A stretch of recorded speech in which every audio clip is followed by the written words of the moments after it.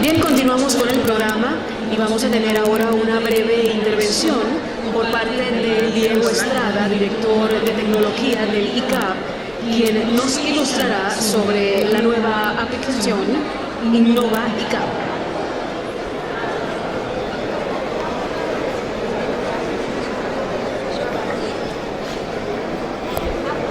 Diego Estrada.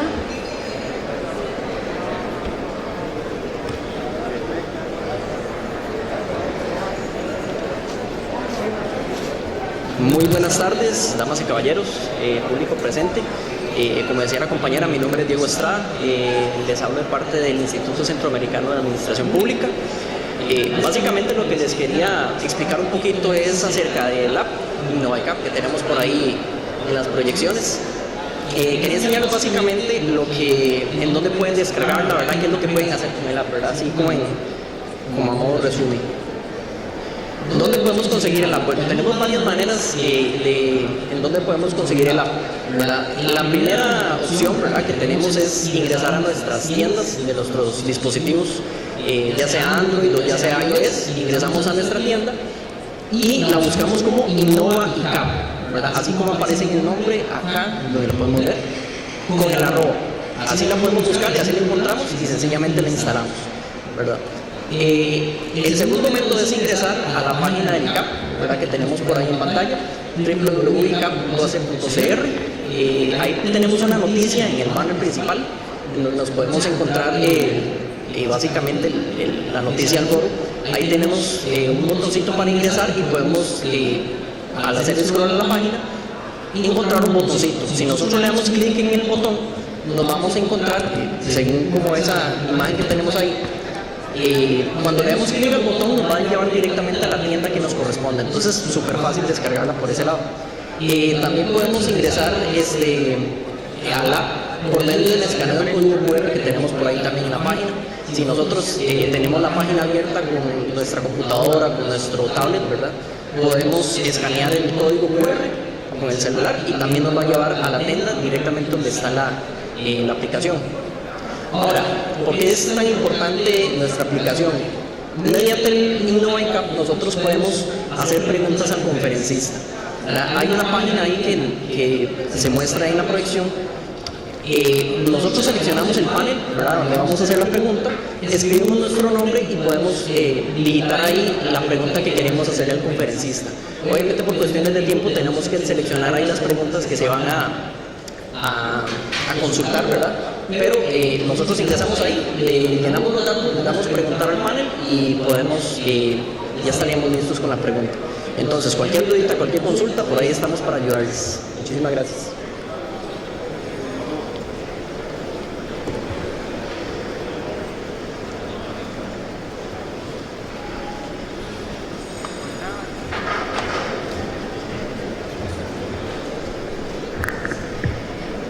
Bien, y así retomamos las presentaciones correspondientes a la segunda parte de la jornada. Con el segundo panel, la innovación en la función pública, con la moderación de Su Excelencia Carmen Abril, viceministra administrativa del Ministerio de Finanzas Públicas de la República de Guatemala.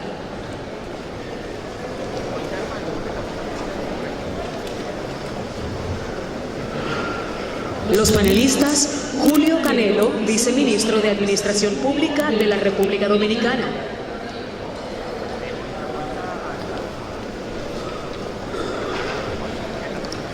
Francisco Velázquez López, secretario general del Centro Latinoamericano de Administración para el Desarrollo.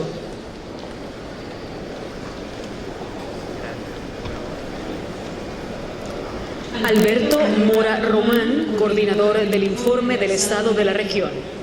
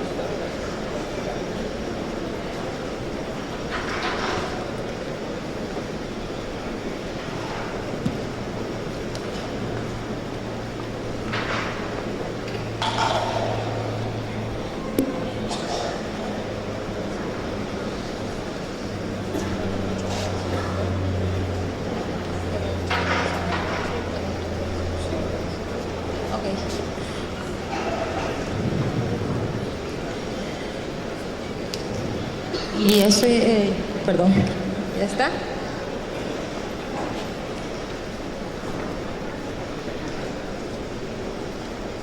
Ahí estamos.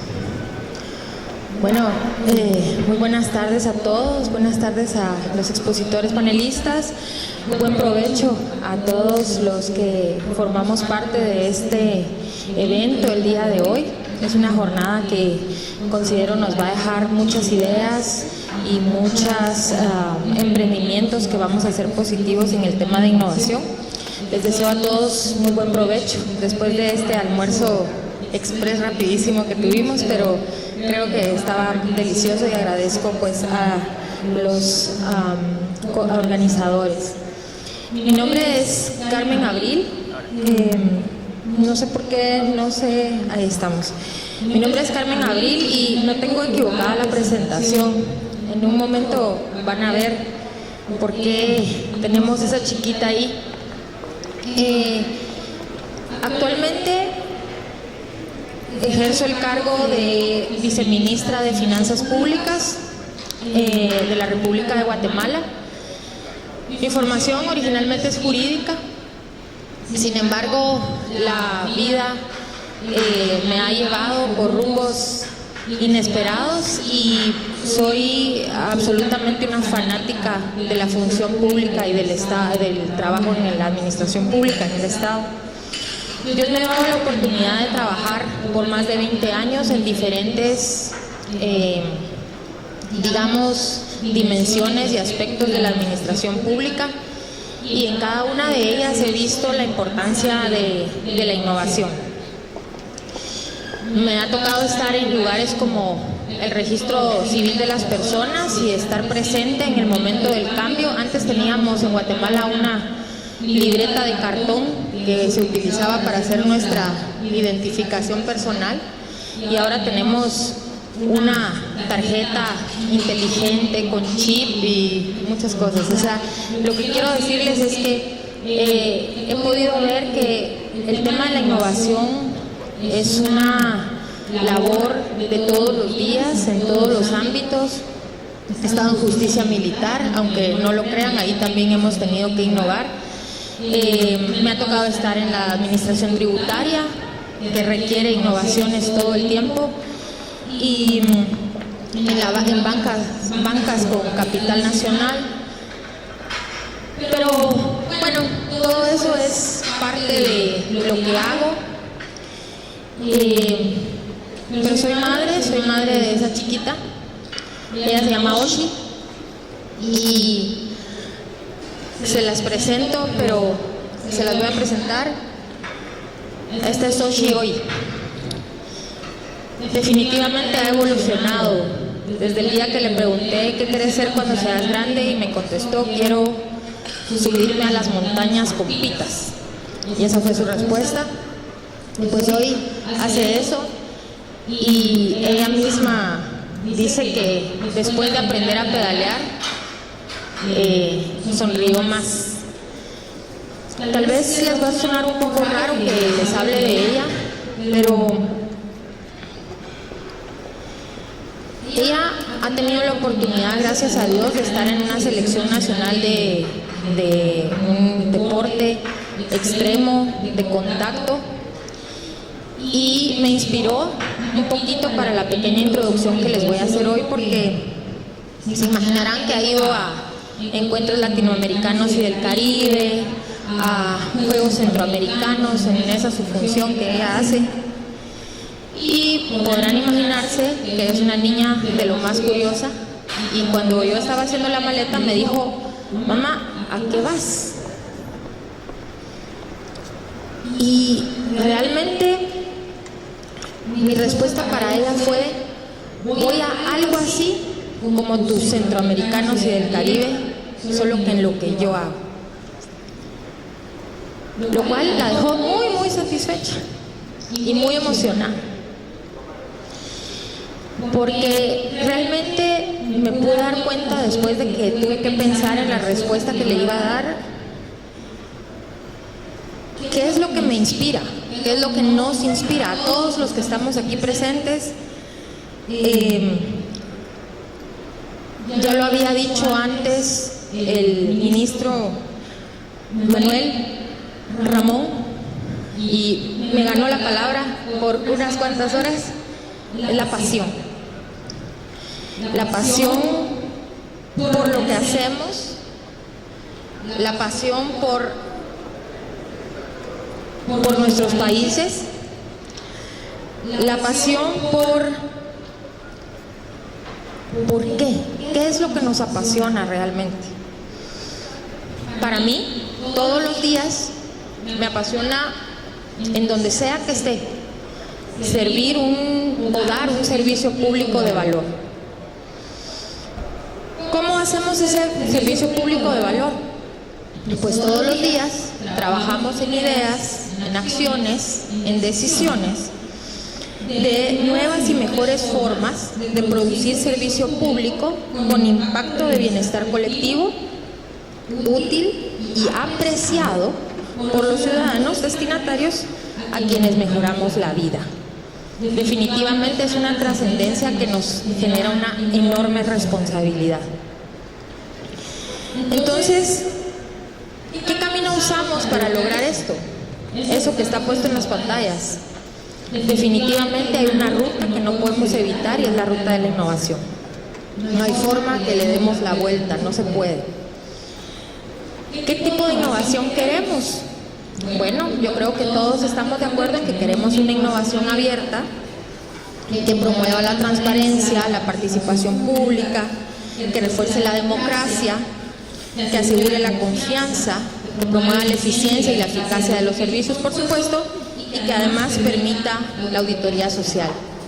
Queremos también innovación humana, que tenga como protagonistas a las personas de las instituciones, con equipos que se focalicen en el entendimiento del valor para los ciudadanos de cada uno de los servicios que prestan, y además que sean equipos con poder. Eso es muy importante. Que puedan equivocarse, que puedan empezar de nuevo y que tengan esa flexibilidad. Y también queremos una innovación medible. Ahora nos ha tocado vivir en una época en la que hay muchas opciones para medir los impactos de la innovación. Y podría parecer que es barato y fácil utilizar esos mecanismos como las redes, etcétera. Pero es importante que siempre tomemos en cuenta que esas implementaciones, aunque pueden ser de bajo costo, requieren muchísimo trabajo. Normalmente en un foro como este estoy un poco incómoda porque estoy como que usando el micrófono y el apuntador y también esto, pero presentamos de alguna manera a los panelistas hablando un poco sobre su vida, su trabajo. En esta oportunidad me han dado solo sus nombres y sus cargos, así que yo me he tomado la libertad de hacer una presentación que estoy segura los abarca a todos. Y este panel les quiero presentar a los miembros del Club de los Apasionados por Generar Valor Público y los apasionados en trabajar por las oportunidades para generaciones actuales y futuras. Entre ellos tenemos al señor Julio Canelo, viceministro de Apoyo a la Municipalidad del Ministerio de Administración Pública de República Dominicana, el licenciado Francisco Velázquez López, secretario general del Centro Latinoamericano de Administración para el Desarrollo CLAD, y Alberto Mora Román, coordinador del informe del Estado de la región. Sean ustedes bienvenidos. Me han pedido que hoy pues les dé unas indicaciones. Son 15 minutos por cada presentación. Vamos a tratar de conversar un poco luego con las preguntas que nos vayan trayendo y las cuales van a priorizar de acuerdo a lo que vayan entrando. Y pues, sin más, no entiendo por qué no está la presentación otra vez. La volvieron a quitar. Esa, exacto. Y lo último, pues, que quería mostrarles es que estamos convencidos, yo escuché de la Junta de Andalucía, que no hay un día que no sea el día de mejorar el valor que entregamos a la ciudadanía, y no hay unidad administrativa que se libre de esta obligación. Así que para aportar ideas a esta labor, a esta responsabilidad que tenemos todos. Entonces le doy la palabra a los panelistas para que ellos pues nos llenen de esas ideas que traen el día de hoy. Buenas tardes.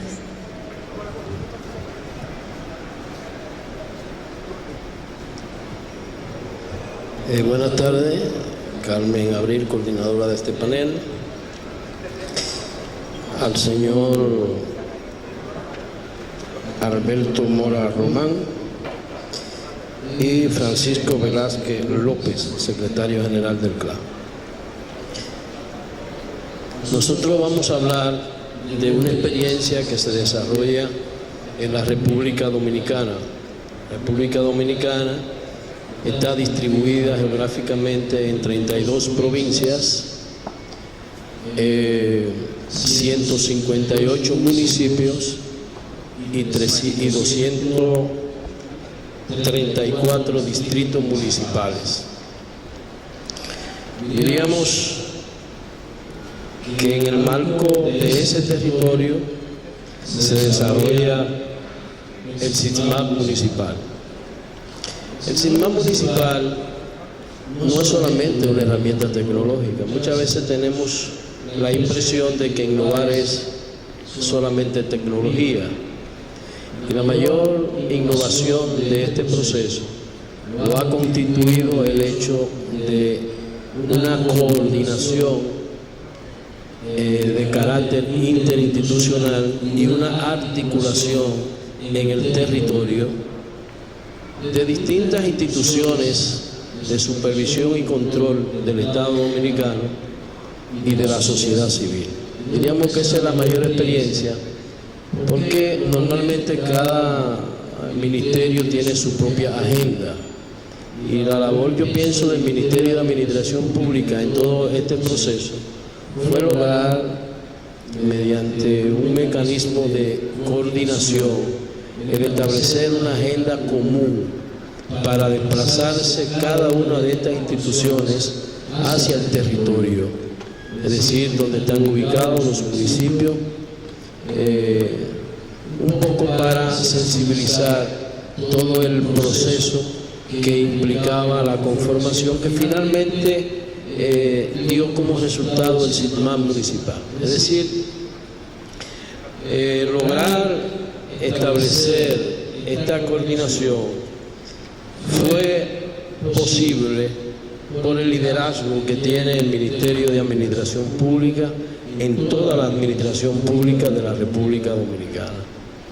El hecho de lograr que analistas de estas distintas instituciones, 8 instituciones del Estado, que a su vez son responsables de 8 indicadores, lograran articularse en los ayuntamientos, es decir, en los gobiernos locales, no con la idea tradicional de supervisar y controlar, sino con la idea de generar un proceso que permitiera a estas instituciones mejorar su capacidad de respuesta, para subir todas las evidencias de lo que hacen en función de esos indicadores, para mejorar la calidad de las evidencias y, en definitiva, después de agotar por cerca de un año todo ese proceso de amplia discusión para lograr, diríamos, establecer indicadores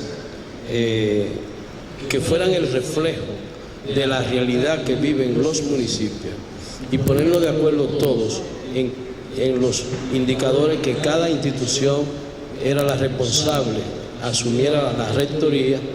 Evidentemente que es una labor bastante novedosa en la administración pública en la República Dominicana. Estamos hablando entonces que 8 instituciones del Estado, más bien 7 instituciones del Estado y una institución de la sociedad civil son los responsables de la articulación en el territorio de lo que hoy conocemos como la experiencia del SISMAP municipal. Me explico. Por ejemplo, el Ministerio de Administración Pública que es el órgano que articula y que administra el CIMAC municipal, es responsable del indicador gestión de los recursos humanos. Sin lugar a duda que este indicador es el que tiene mayor impacto en el fortalecimiento institucional de los ayuntamientos de la República Dominicana, porque tiene 6 subindicadores vinculados que su cumplimiento indican entonces todo un proceso de fortalecimiento de la entidad municipal. De igual manera está conjuntamente con el Ministerio de Administración Pública en la rectoría de este indicador el Instituto, el INAP, que es una dependencia del Ministerio pero descentralizada, que tiene la responsabilidad de desarrollar procesos de capacitación y formación a los servidores públicos de todas las entidades públicas, pero en este caso especial a los servidores públicos de los ayuntamientos, de los gobiernos locales. Igualmente el Ministerio de Economía, Planificación y Desarrollo, que es el responsable a través de la Dirección General de Ordenamiento Territorial, es la responsable del indicador que tiene que ver con la gestión del desarrollo, que diríamos es desarrollar el proceso para que los municipios puedan definir e implementar lo que son los planes municipales de desarrollo. También el Ministerio de Hacienda, a través de la Dirección General de Contrataciones Públicas, lo que busca es, y lo que mide ese indicador es que los ayuntamientos puedan cumplir con la legislación tendente a lograr de que hayan procesos de contrataciones públicas cuando, diríamos, sobrepasen ciertos márgenes, tal como también se hacen con las instituciones del gobierno central.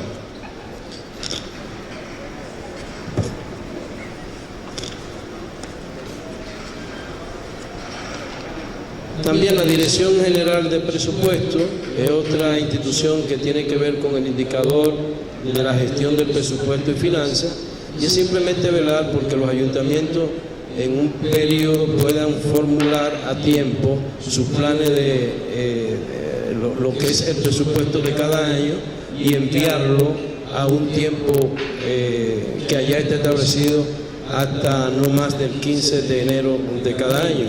El cumplimiento de ese indicador, es decir, el cumplir con esos plazos, entonces le da una puntuación en el CITMAC. La Dirección General de Ética e Integridad Gubernamental, que es una dependencia de la Presidencia tendente a garantizar que en la administración pública hayan procesos de transparencia y que la ciudadanía pueda tener acceso a ella. Y en ese sentido, los ayuntamientos deben cumplir con tener un espacio donde los ciudadanos puedan ir a buscar cualquier tipo de información de carácter público, pero además colgar las acciones del gobierno local en un portal de transparencia debidamente estandarizado. La Contraloría General de la República, que es otra entidad de supervisión y control, es responsable del indicador calidad del gasto en la ejecución presupuestaria, y como su nombre lo indica, lo que busca es que realmente podamos tener una institución debidamente eficaz y transparente y eficiente en lo que es la ejecución del presupuesto. También la Cámara de Cuentas, que está involucrada en este proceso, maneja el indicador de declaración jurada de patrimonio, y es que esta ley, la 311-04, plantea quiénes deben hacer su declaración jurada en el ámbito municipal. Lo deben hacer el alcalde o alcaldesa y su acompañante, que es vicealcaldesa o vicealcalde, y deben hacerlo también los regidores, en algunos lugares le llaman concejales, en fin, deben hacer su declaración jurada de patrimonio. Y finalmente, una institución que ha jugado un papel importante en todo este proceso tiene que ver con la Federación Dominicana de Municipios, que es una entidad de la sociedad civil que aglutina a los alcaldes de cada uno de los municipios del país. y sin lugar a duda que esta institución juega un rol de liderazgo, de articulación, de motivación para que realmente se puedan vencer la resistencia que es natural que puedan existir en función de este instrumento. El SITMAB municipal en la República Dominicana ha tenido un gran impacto tanto en los órganos rectores como en los propios ayuntamientos.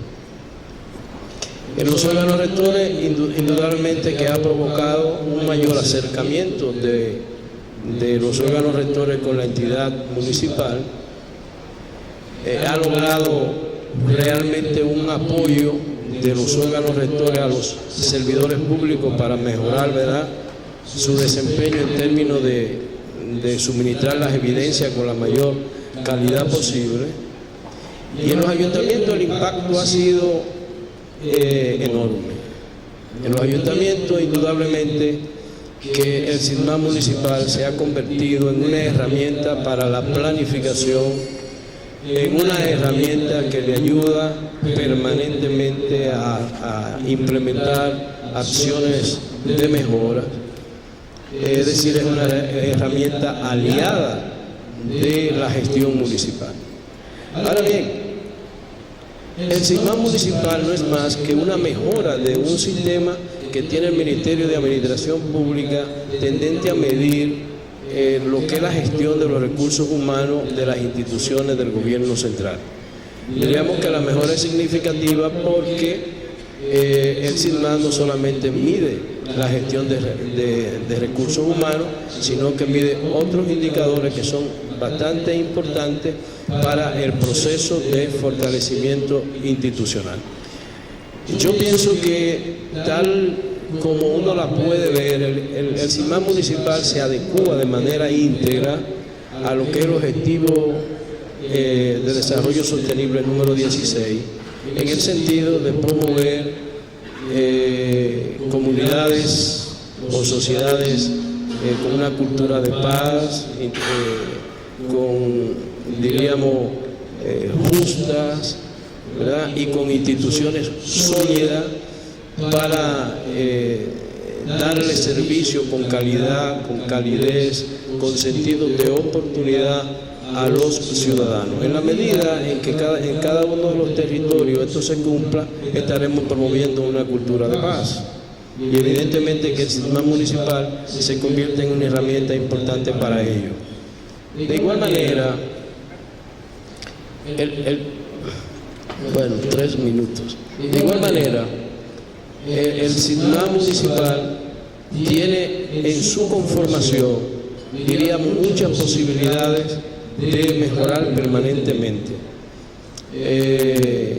porque hay todavía indicadores pendientes, porque pueden incluirse otros indicadores más adelante, como sea medir en qué medida los territorios asumen políticas públicas de defensa a los envejecientes, asumen políticas públicas de defensa a los niños, asumen políticas públicas de defensa a las mujeres, políticas de género, ¿verdad?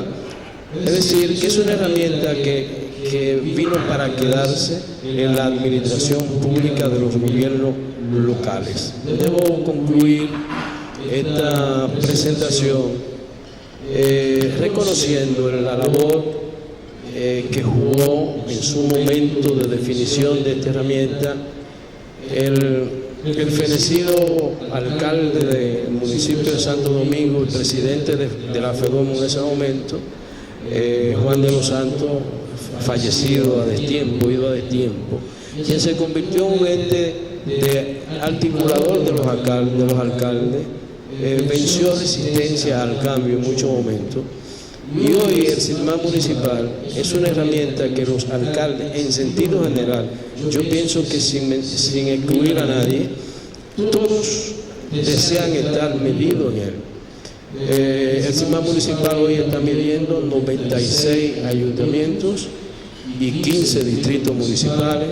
Por su impacto en el fortalecimiento institucional de los gobiernos locales, la Presidencia de la República asume en su meta presidencial número 5 el incluir en el periodo del 16 al 20 todos los municipios, es decir, los 158 municipios, y al día de hoy tenemos los 26, y a partir del 15 de junio entrarán 31 ayuntamientos más. Es lo que quiere decir que hacia el 2020, antes del 2020, estaremos cumpliendo con esa meta, pero ahí están también todos los 234 distritos municipales, lo que quiere decir que todavía le queda mucho tiempo para desarrollar esta herramienta, ¿verdad?, como un instrumento de cambio de la gestión municipal. Todo este proceso también implica de por sí un estímulo, es decir, estimular permanentemente este proceso. Y en la República Dominicana debo yo reconocer el impulso que le ha dado la presencia del ministro de Administración Pública, licenciado Ramón Ventura Camejo, quien se desplaza por todo el territorio a estimular conjuntamente con nosotros la importancia de asumir esta herramienta. Y mucho más el ministro, que en él se conjugan tres autoridades que son clave: autoridad política, autoridad moral y autoridad intelectual. Evidentemente que se ha convertido en un impulsor del desarrollo del sistema municipal en la República Dominicana. Muchísimas gracias.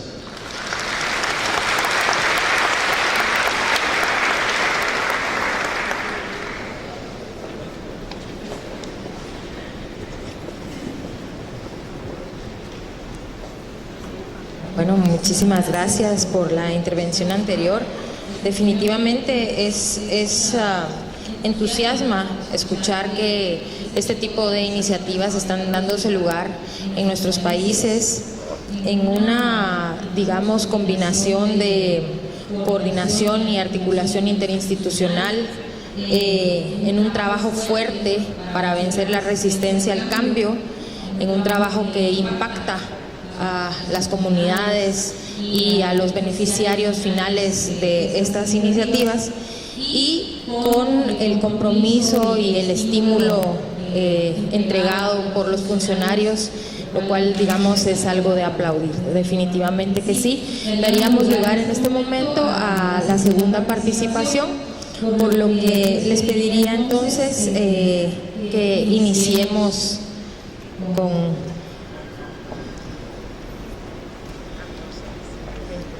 Él sí va a usar el podio.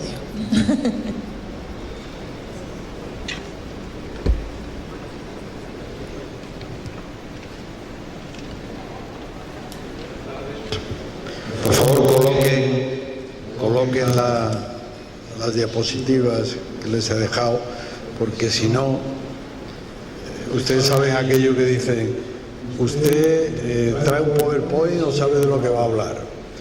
Pues yo soy de los que traigo un PowerPoint. No sé si el PowerPoint conseguiremos ponerlo o no, pero sí que se lo he entregado en su momento a los colegas. No.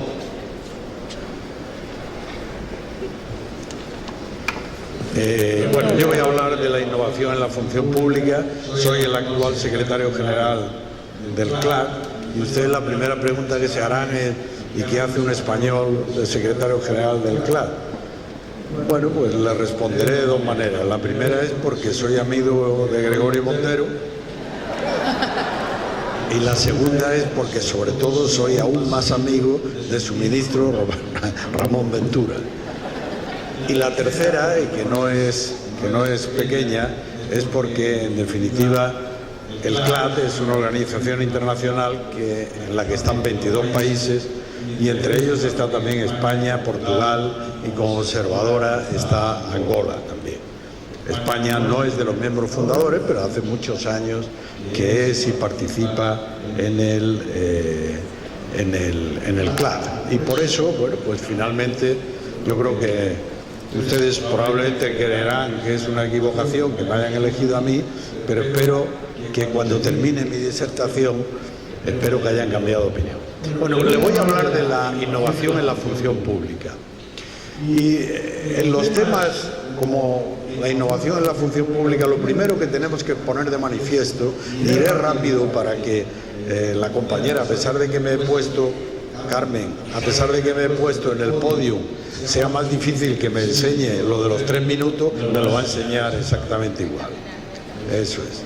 Entonces, todo esto es un problema de confianza de los ciudadanos en las instituciones públicas. Entonces, si ustedes miran y consiguen ver más o menos las estadísticas, ustedes se darán cuenta de que hay muchos factores en los que disminuye la confianza de los ciudadanos en todas las organizaciones públicas. En unos casos más que en otras, en las Fuerzas Armadas quizá menos, pero en otras, pues incluyendo los partidos políticos, el Congreso, la administración pública, disminuye. Y disminuye, pongo aquí las estadísticas de América Latina, pero disminuye en todos los países del mundo. Y esto es grave. ¿Qué vamos a hacer? Cada vez hay una crisis de confianza mucho más dura, mucho más fuerte, y esa crisis de confianza, pues tenemos que combatirla. Pero claro, para combatirla uno se encuentra con que en primer lugar hay una ciudadanía cada vez más interconectada. De hecho, casi todos los que están aquí están interconectándose continuamente, incluso algunos en este momento, porque no les interesa gran cosa lo que yo les estoy contando. En segundo lugar, que esta ciudadanía tiene mayor acceso a la información que nunca a lo largo de la historia. Y en consecuencia, pues claro, a lo mejor es necesario y es una realidad una mayor demanda de participación. Las personas quieren intervenir y quieren decidir, en definitiva, muchas cosas, pero entre otras cosas, a lo mejor quieren decidir también si en su ciudad o en su barrio se construye un polideportivo con una piscina o se construye un parque, que es a lo mejor lo que ellos vienen decidiendo o queriendo decidir desde hace mucho tiempo. La sociedad, que está en continuo cambio, lo han relatado hasta ahora varios de los intervinientes en este foro, implica el desarrollo de saberes, de habilidades, de prácticas innovadoras, incluyendo para los funcionarios públicos, que desde luego están haciendo sus actividades de acuerdo y cumpliendo con las leyes, pero en todo caso que no habían sido preparados para una mutación tan esencial como se está dando en nuestras sociedades desde hace unos cuantos años, pero de una forma mucho más acelerada en los últimos tiempos. Y entonces el planteamiento que tenemos que hacernos tiene que ver con estas cosas que yo les resalto en rojo. En primer lugar, en que tienen que haber en los estados, en las administraciones, un equilibrio entre el deber de mantener la estabilidad de las regulaciones, que no se pueden cambiar cada 2 años, cada 6 meses, o cada 4 o 5 años, sino que tienen que estar más o menos estables, porque si no es imposible el desarrollo económico, si no es imposible el desarrollo industrial o el desarrollo tecnológico, y por otra parte la necesidad de innovar continuamente, incluso innovar en la administración pública, donde prácticamente se decía en términos tradicionales que no había que innovar nada porque eso era muy peligroso y había que seguir haciendo lo mismo de siempre. Y entonces, como estamos hablando de función pública, uno se plantea que qué es lo que tenemos que hacer en la función pública. Y probablemente lo que tenemos es que intentar seleccionar de forma adecuada a los funcionarios públicos para tenerlos más motivados. Dice, ¿qué significa seleccionar de forma adecuada? Pues significa seleccionar por mérito y capacidad, pero significa también que los métodos, los procedimientos pueden ser diferentes en cada uno de los países. No hay por qué copiar modelos en los que sean extraños a nuestro país, a nuestra sociedad o a nuestra cultura, pero sí seleccionarlos de alguna manera y no solo poner a aquellas personas pertenecientes a mi pueblo, a mi partido o a mi confesión. Segundo, los funcionarios o el servicio público tiene que estar motivado en el ámbito de la eficacia en el trabajo. No se trata solo de ir a trabajar, de resolver los 4 expedientes, sino de resolver realmente los problemas de los ciudadanos. Tercero, que estas actuaciones, este trabajo que hagan nuestros funcionarios, tienen que ser evaluados y obteniendo los resultados que se pretenden, porque si no, la sociedad seguirá alejándose. No solo se alejará del partido político correspondiente, sino que se alejará de los poderes públicos. Y luego trabajar, como han señalado muchos de los intervinientes con anterioridad, trabajar con transparencia y trabajar con valores. No se trata de que los funcionarios ahora lo que quieran es hacerse ricos o trabajar para ganar muchísimo más dinero en el ámbito de la administración pública. Esto es imposible y eso es extraño a nuestra cultura y extraño al control que deben ejercer los ciudadanos. Pero sí que estén motivados y que trabajen adecuadamente y que obtengan resultados. ¿Qué ocurre cuando nosotros nos planteamos precisamente cómo entonces vamos a sustituir a la burocracia? La burocracia es el elemento tradicional que mantiene la estabilidad y también lo que hay que hacer es quizás perfeccionar los métodos, desarrollar sus actuaciones, pero al mismo tiempo teniendo en cuenta que serán los ciudadanos los que les estarán controlando.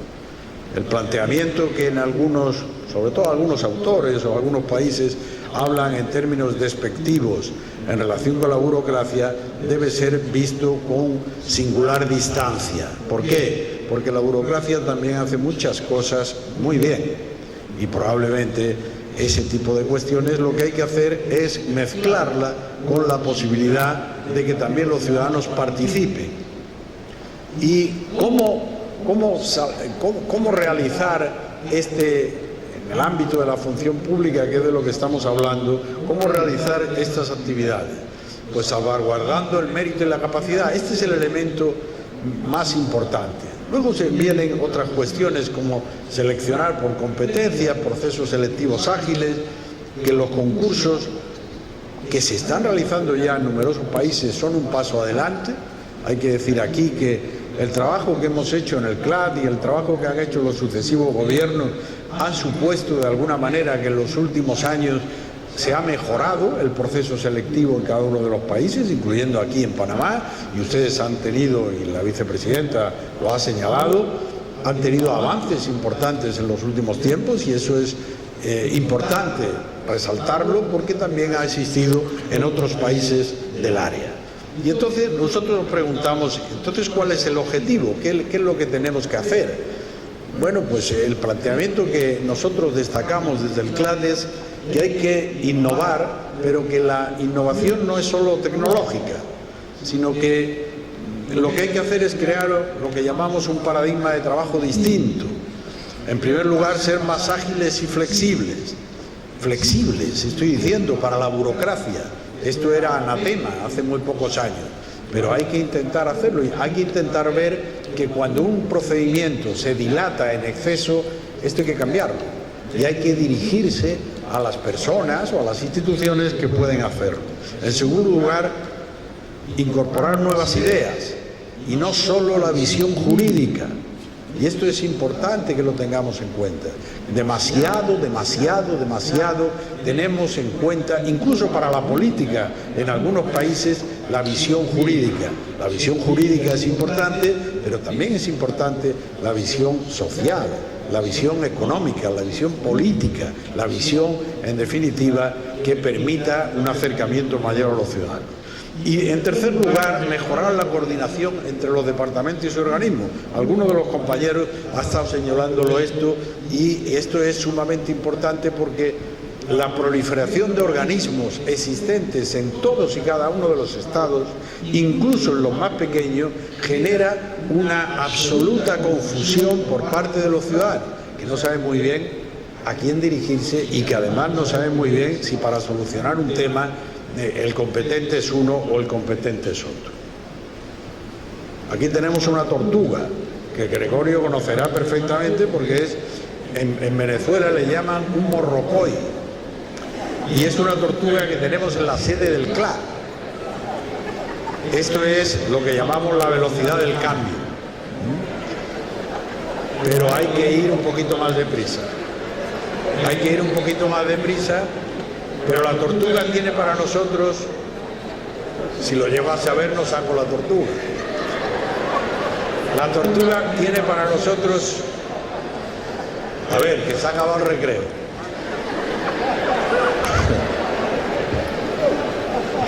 La tortuga tiene para nosotros también una dimensión importante, que es que las administraciones públicas permanecen, duran muchos años, las instituciones también, y a veces los procedimientos, la forma de actuar, duran demasiado tiempo. Esto hay que cambiarlo. Pero que si ustedes vinieran a la sede del CLAB, verían que las tortugas no andan tan despacito, andan un poquito más deprisa de lo que creen. Que queremos crear nuevos directivos públicos. ¿Qué son estos directivos públicos? No aquellos que cumplen exactamente las reglas, que hay que cumplirlas, por supuesto, pero sobre todo aquellos que piensan y que son responsables de encontrar los usos más valiosos para los recursos que nos han sido confiados. Esto es lo realmente importante, y esto es muy difícil de pensar. Dice, no, yo hago esto, a mí me dicen que lo rellene, que si está todo completo, que sume, y a continuación que la apruebe. No, a lo mejor usted puede llegar a la conclusión de que no es tan importante ese trámite o esa forma de trabajar, sino que a lo mejor tiene usted los datos y ya directamente se lo puede dar a la persona que viene usted a pedírselo, ¿no? Porque esto que no se enteren los que están fuera de esta sala, pero los datos que le pedimos a los ciudadanos, absolutamente todos los tiene el Estado. Absolutamente todos. En consecuencia, ¿para qué se los pedimos? No, es que como lo tiene otro organismo y yo no lo tengo y ellos me lo tienen. Bueno, pero eso no será problema del ciudadano, eso será problema suyo. Bueno, la tecnología nos puede ayudar, pero hay que tener voluntad política para hacerlo.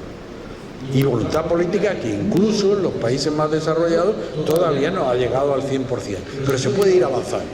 De hecho, muchos de nuestros países en materia de impuestos y fiscal los tienen, porque ¿cuántos de nosotros en alguna ocasión hemos tenido alguna dificultad porque ellos tenían casi más datos que nosotros?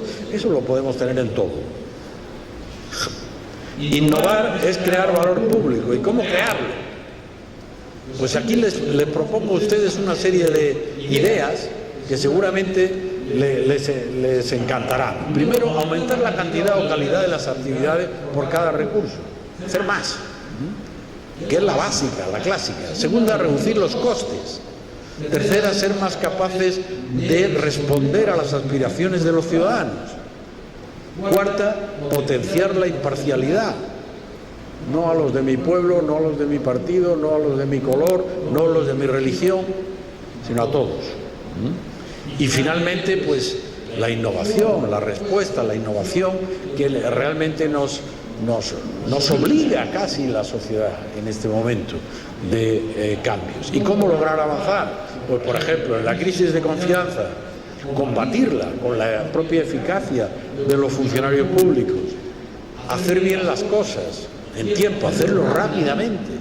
No, si las personas tienen que esperar 2 días, mejor que esperen 4. No eternizar la prestación de los servicios y apropiarse de inmediato de la innovación. Fíjense cómo, por ejemplo, ustedes aquí en este foro han creado ya una app. Nosotros seguramente en nuestro propio trabajo podríamos crear una app. Los jóvenes ya trabajan casi todos con el celular y trabajan para todo en el celular. Y esto ha venido para quedarse. Como yo les he dicho con anterioridad al principio de mi intervención, aquí todo el mundo está interconectado y cada vez estará más interconectado. Lamentablemente, con frecuencia, antes de escuchar el despertador o después de escuchar el despertador, todos vamos al celular a ver si tengo algo. ¿Qué va a tener? Por lo de siempre, ¿no? Bueno, conclusiones. Una función pública profesional puede servir incluso de freno a la corrupción, porque cumple las normas, porque prioriza su cumplimiento, porque evita su transgresión, porque avisa de los incumplimientos. Y si se la protege, incluso puede denunciar irregularidades. Por tanto, participa de las actuaciones de los poderes públicos. Y finalmente, pues si la tenemos motivada, pues no abandonará el sector público. Yo decía esto de no abandonará porque ahí ven ustedes, en una transparencia que no se quiere quedar, cómo salen todos corriendo, ¿no? El objetivo no puede ser otro que en el mundo iberoamericano, en el mundo latinoamericano, en el que estamos todos, pues que tenga una administración pública más eficiente, más democrática, más eficaz y sobre todo más abierta a la innovación. Y he conseguido llegar al final y espero que ustedes perdonen las incorrecciones que he podido cometer. Muchas gracias.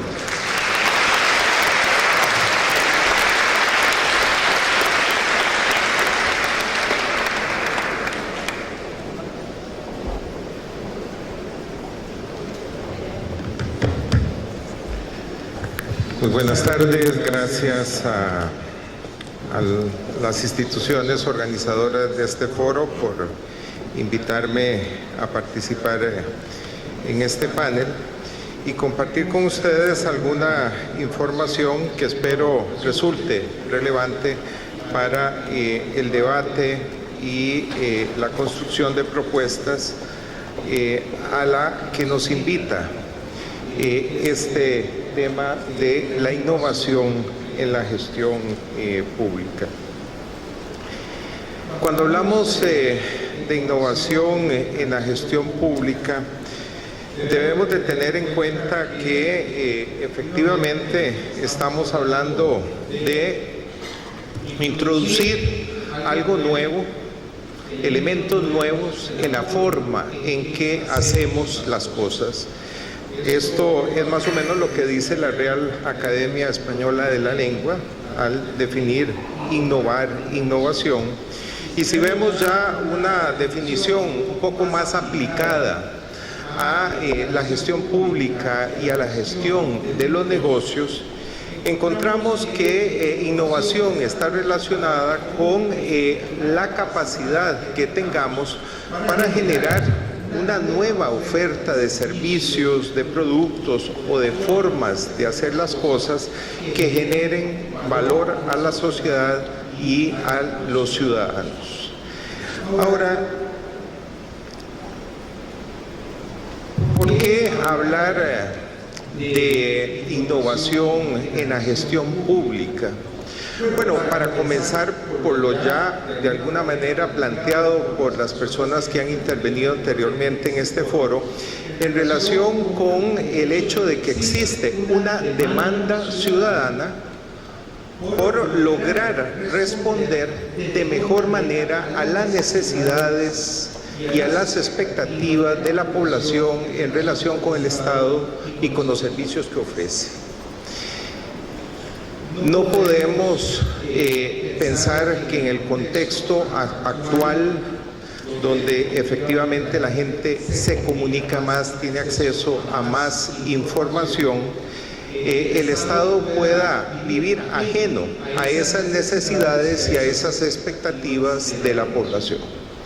Las protestas que en este momento tenemos en Nicaragua, las protestas que en su momento se dieron en Guatemala en relación con escándalos de corrupción que incluso llevaron a la renuncia del presidente de ese país, y de igual manera denuncias que cotidianamente las personas plantean ante las instituciones, son evidencia de un creciente interés de la población en los asuntos públicos, porque tienen creciente conciencia de que su interés y sus necesidades particulares están de alguna manera determinadas por lo que haga ese Estado y las instituciones, los funcionarios públicos, o lo que dejen de hacer.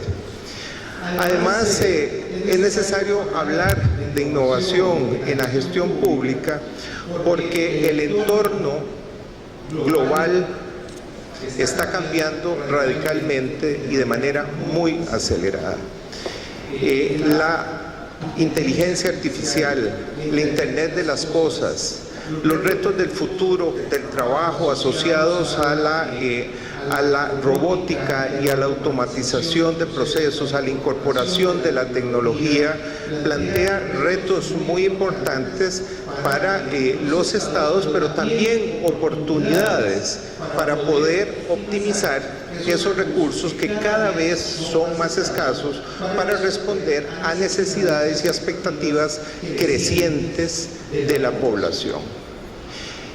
Y finalmente es necesario pensar en la innovación porque nuestras sociedades también están cambiando radicalmente.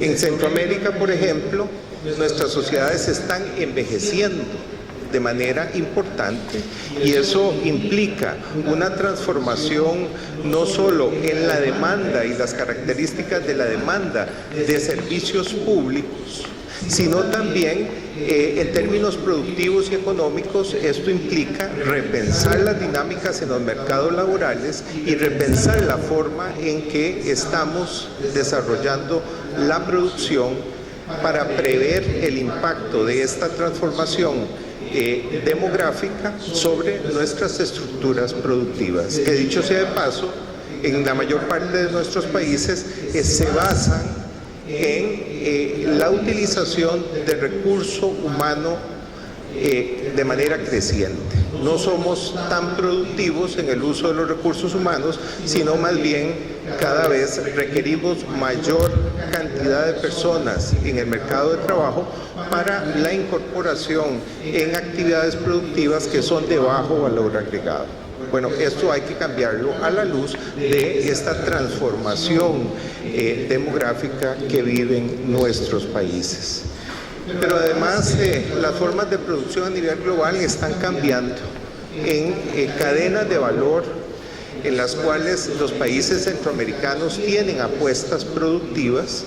Esto nos va a impactar, nos está impactando y debemos entonces mejorar los márgenes de maniobra para enfrentar esta situación. Pero bueno, es importante tomar en cuenta de que entonces esta incorporación de elementos nuevos en cómo hacemos nuestro trabajo es fundamental en el Estado, porque el Estado, por definición, es una corporación de servicios públicos. Y esto implica también cierto cambio en la cultura organizacional de nuestras instituciones, de nuestros estados, en relación con el trato que tenemos al ciudadano, a la ciudadana, a las personas que utilizan nuestros servicios. Nosotros somos servidores públicos y entonces estamos de alguna manera obligados a buscar las formas de ser más eficientes y efectivos en el cumplimiento de esa prestación de servicios o esa prestación o suministro de bienes públicos que en esencia deben procurar pues el bienestar de las personas.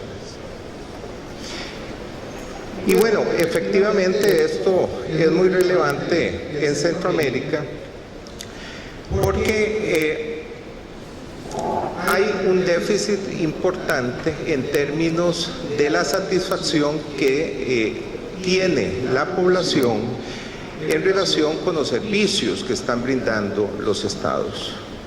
La innovación, por ejemplo, en los países más desarrollados del mundo, los países de la OECD, ha sido promovida teniendo en cuenta, por ejemplo, que cerca del 43% de la población de estos países dice no tener confianza en el gobierno.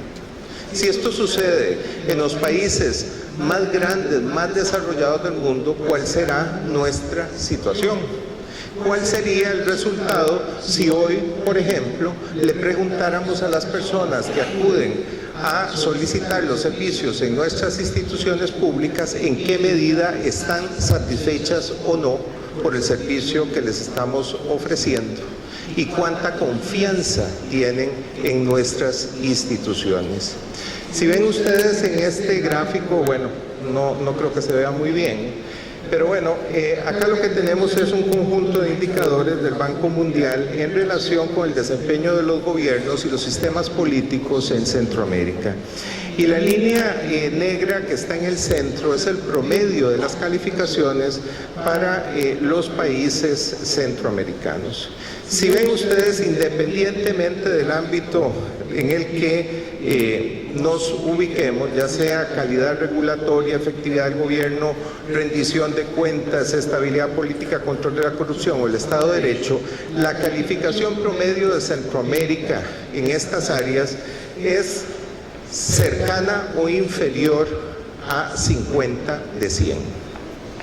Y por supuesto, este es el promedio. Tenemos situaciones extremas como las de Nicaragua y Honduras, donde las calificaciones son inferiores a 30 o a 40 de 100. Bueno, hay un reto entonces en materia de mejorar el desempeño de los gobiernos y de nuestros sistemas políticos. Pero además debemos de tomar en cuenta que para enfrentar los retos que implica este cambio acelerado en el contexto global, este cambio de expectativas de la población y también de las condiciones al interno de cada una de nuestras sociedades, es importante considerar cuáles son las características de los estados que tenemos en Centroamérica. Y en Centroamérica tenemos estados pequeños, en la mayor parte de los casos, como ven ustedes, tienen entre 90 y 120 instituciones. Además, estados relativamente jóvenes. Cerca del 40% de las instituciones públicas que existen en Centroamérica tienen menos de 20 años, son apenas mayores de edad, ¿verdad? Pero además son estados débiles incluso en la posibilidad de tener presencia y control de sus territorios. Lo que ven ustedes en este mapa es la red de carreteras y caminos en toda Centroamérica, y en los territorios más oscuros pueden ustedes reconocer los municipios de mayor índice de desarrollo humano. Si ven ustedes, pues coincide ese tejido de carreteras y caminos con aquellos territorios en los cuales hay mayor nivel de desarrollo humano, pero también pueden identificar amplios territorios, sobre todo el litoral atlántico de nuestros países, en los cuales no hay una carretera o un camino. Y en esos territorios vive gente que está necesitando la atención del Estado, la prestación de servicios públicos. Y en esos territorios no hay Estado. Si no hay una carretera, un camino, difícilmente encontraremos un puesto de salud, un centro educativo, un puesto de policía.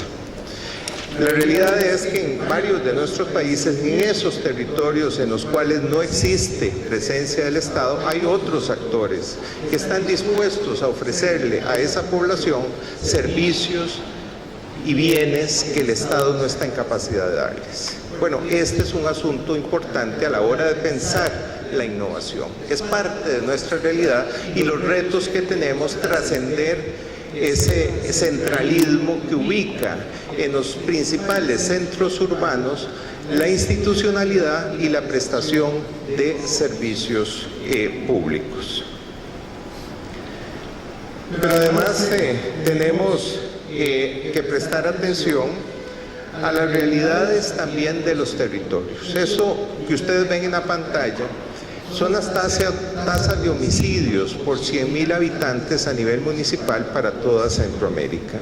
Y en los territorios en rojo la tasa de homicidios es superior a 100 por cada 100.000 habitantes, 10 veces más el umbral que estableció la Organización Mundial de la Salud como el límite para calificar un problema de salud pública. Bueno, es necesario tomar en cuenta estas dinámicas de la violencia homicida para entonces dar una respuesta mucho más efectiva a esas realidades que se ven en los territorios a lo interno de nuestros países. Y además es importante tomar en cuenta que nuestros países además son débiles en su capacidad financiera para poder prestar esos servicios públicos y responder a esas expectativas emergentes de la población. Vean ustedes las cargas tributarias de nuestros países en el año 2016.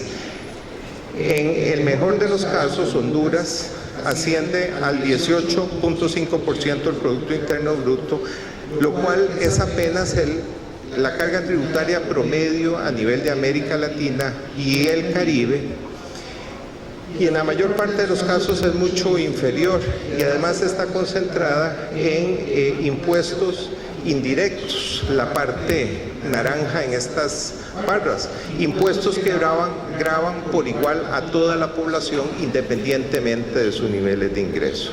Bueno, es necesario modificar esto porque no podemos entonces pensar en mucha innovación y sobre todo en responder a la necesidad de una mayor cobertura de servicios públicos de calidad con estos niveles de financiamiento.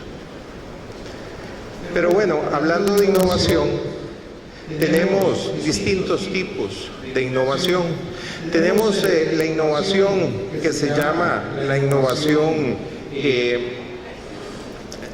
basada en los elementos más esenciales, que es aquella innovación que se realiza con los recursos que ya existen en las instituciones, busca optimizar o hacer de mejor manera lo que ya de alguna manera se está haciendo mediante, por ejemplo, la incorporación de la tecnología.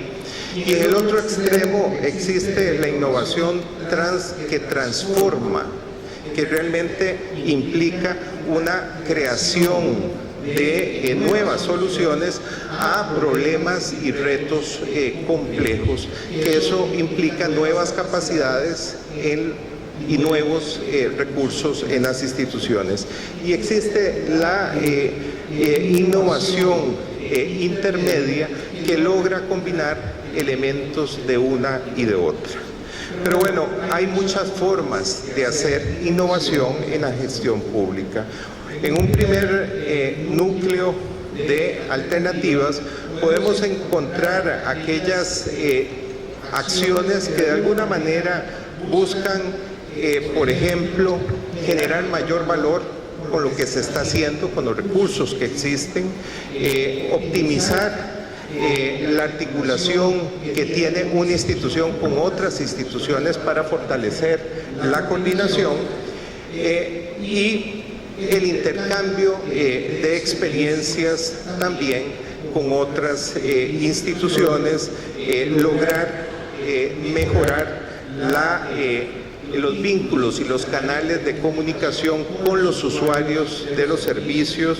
En fin, hay una gran diversidad de oportunidades de innovación.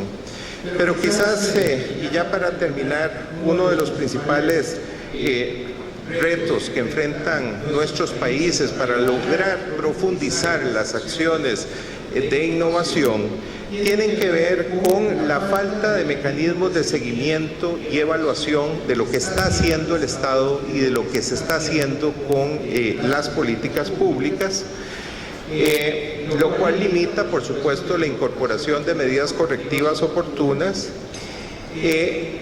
Otro ámbito en el que quizás nuestros países necesitan avanzar mucho más es en generar mecanismos efectivos para la evaluación del desempeño de sus funcionarios, lo cual limita la retroalimentación que podamos darles para fortalecer sus competencias, sus capacidades para poder responder a estos cambios del entorno y de las sociedades. Y finalmente, cambiar un estilo de gestión que no está necesariamente orientada a resultados y que entonces no genera los incentivos y el reconocimiento necesario para poder llevar a cabo la innovación. Pero quizás en la gestión pública lo fundamental es generar las condiciones para una creciente dosis de creatividad por parte de los funcionarios públicos para buscar respuestas distintas a los problemas que viven cada una de nuestras sociedades. Muchas gracias.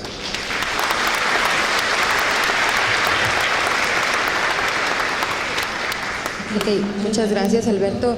Yo pediría en este momento al equipo de apoyo si nos pueden trasladar las preguntas que se han ingresado por medio del app, y mientras lo hacen, pues seguiremos conversando unos minutos más con varias inquietudes que quedaron luego de sus presentaciones, por lo menos para mí. Francisco, hablabas que tenemos una crisis de confianza, y eso definitivamente lo hemos visto en todos nuestros países. En el caso específico de Guatemala, esa crisis de confianza ha generado un efecto de una carga poderosa de, digamos,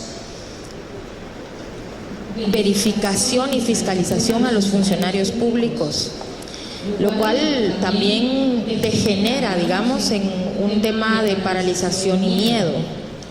Y yo creo que es importante que entendamos que la confianza debe ir en ambos sentidos, y eso es sobre lo que quería preguntarte, porque, digamos, ¿qué sucede luego de los actos de corrupción que mencionaba Alberto?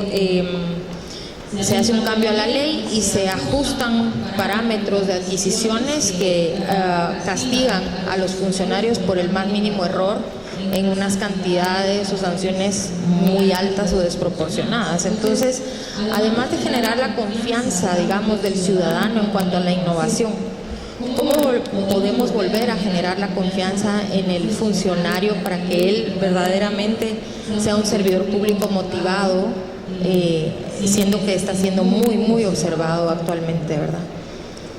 Por favor.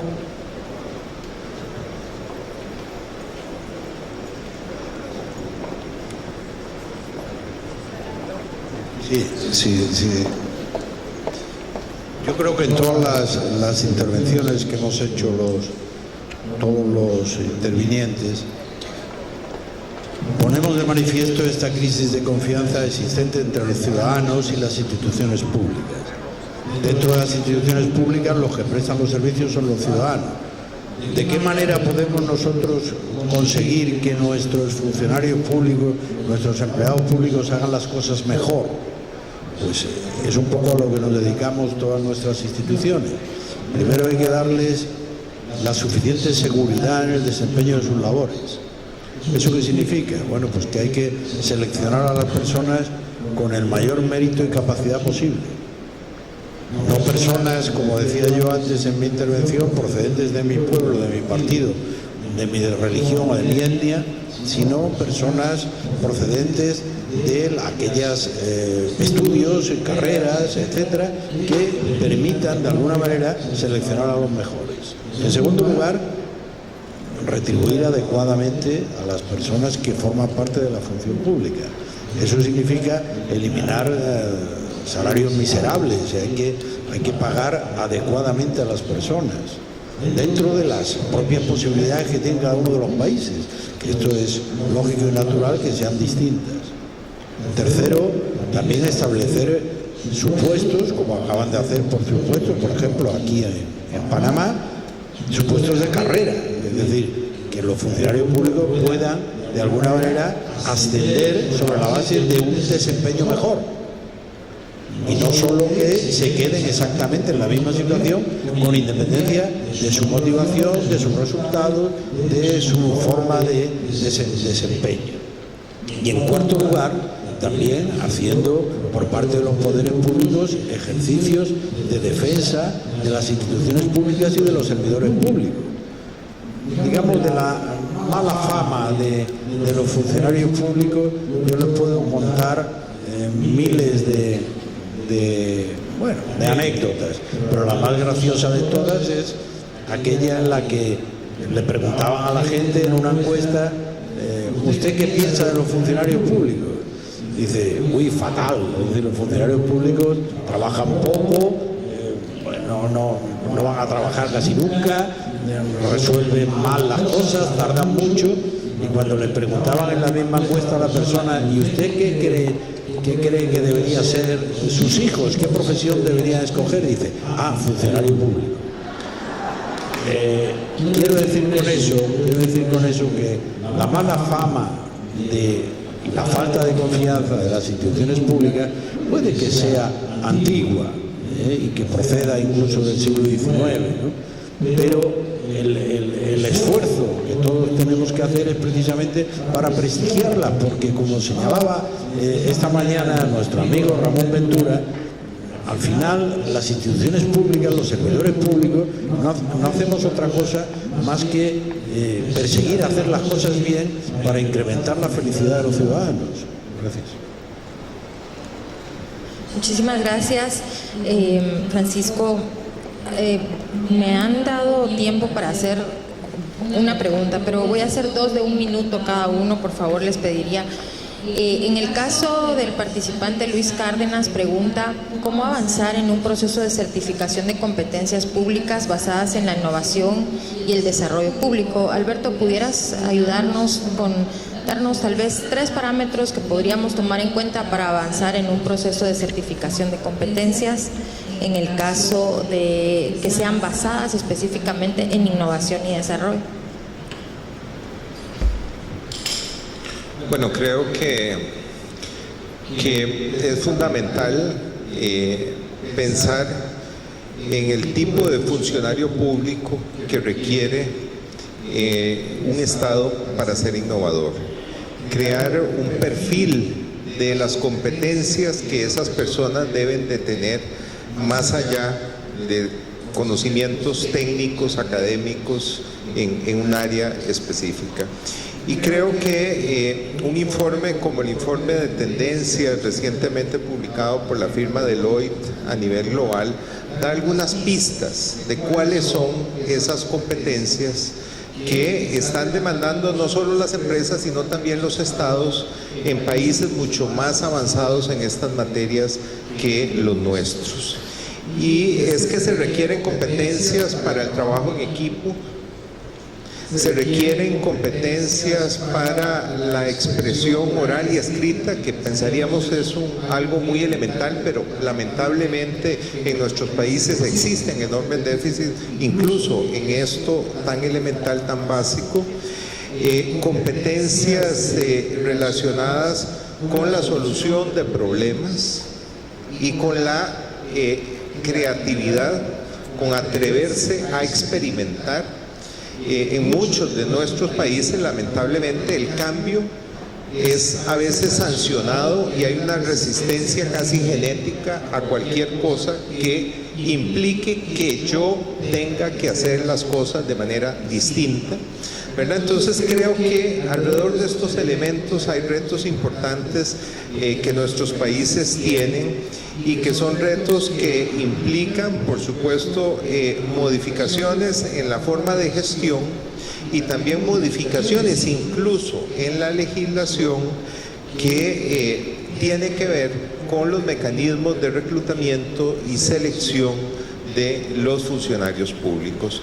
Y lo otro que se mencionó anteriormente por el colega y que yo quisiera enfatizar es sobre todo crear mecanismos de incentivos efectivos que premien la innovación, que premien el compromiso, la pasión por el servicio público y los aportes que desde los funcionarios públicos se puedan hacer para lograr generar mayor valor a la población con la prestación de los servicios públicos y optimizar los recursos que en nuestros países son cada vez más escasos. Muchas gracias, Alberto. Y la última pregunta sería para Julio. Lucía Kim es la participante y ella pregunta: 2 formas específicas para mejorar las relaciones entre los ayuntamientos y los ministerios para una mayor efectividad de las políticas públicas. Bueno, precisamente la experiencia que yo expliqué, en cierta medida crea ese ambiente porque diríamos son 8 instituciones del gobierno central, el ministerio, que se desplazan al territorio en la idea de no solamente de supervisar, sino de colaborar en una actitud mucho más solidaria para, diríamos, mejorar su capacidad de respuesta, ¿verdad? Y evidentemente que en el caso del Ministerio de Administración Pública, que es un facilitador en todo este proceso, el Ministerio de Administración Pública ha tenido el cuidado en la relación con los gobiernos locales de entender que los gobiernos locales son instituciones autónomas, que sus funcionarios son electos mediante el voto popular y que el Ministerio de Administración Pública es una institución del gobierno central. En ese sentido, nosotros acudimos y hacemos una especie de acuerdo de trabajo entre el ayuntamiento, el gobierno local y el Ministerio de Administración Pública. Y muchas veces el ministro se convierte en un facilitador para resolver problemas locales que son planteados en los encuentros. Muchísimas gracias, Julio. Entonces, pues les agradezco a los 3 participantes y al público por el tiempo que les hemos tomado para escucharnos por un ratito. Siempre terminando, pues podría cerrar con muchas ideas que ellos tenían, pero ya nos están un poquito apurando con el tiempo.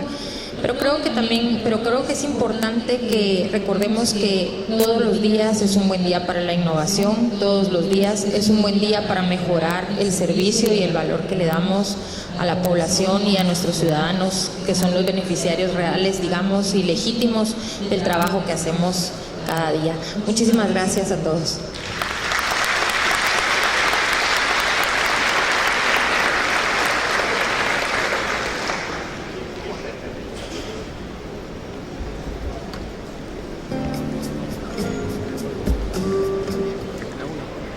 Continuamos y agradecemos la participación de los panelistas, llamando así ahora al honorable señor Alexander López para que haga entrega de certificados de agradecimiento y reconocimientos a las autoridades del segundo panel.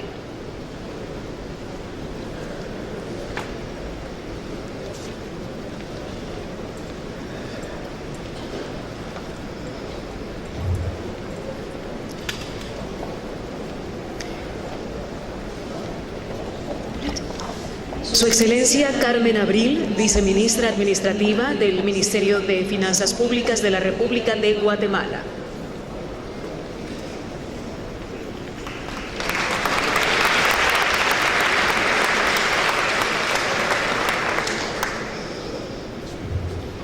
Julio Canelo, viceministro de Administración Pública de la República Dominicana.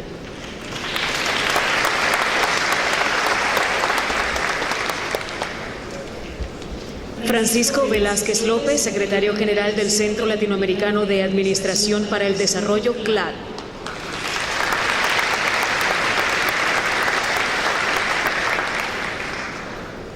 Finalmente, Alberto Mora Román, coordinador del informe del Estado de la región.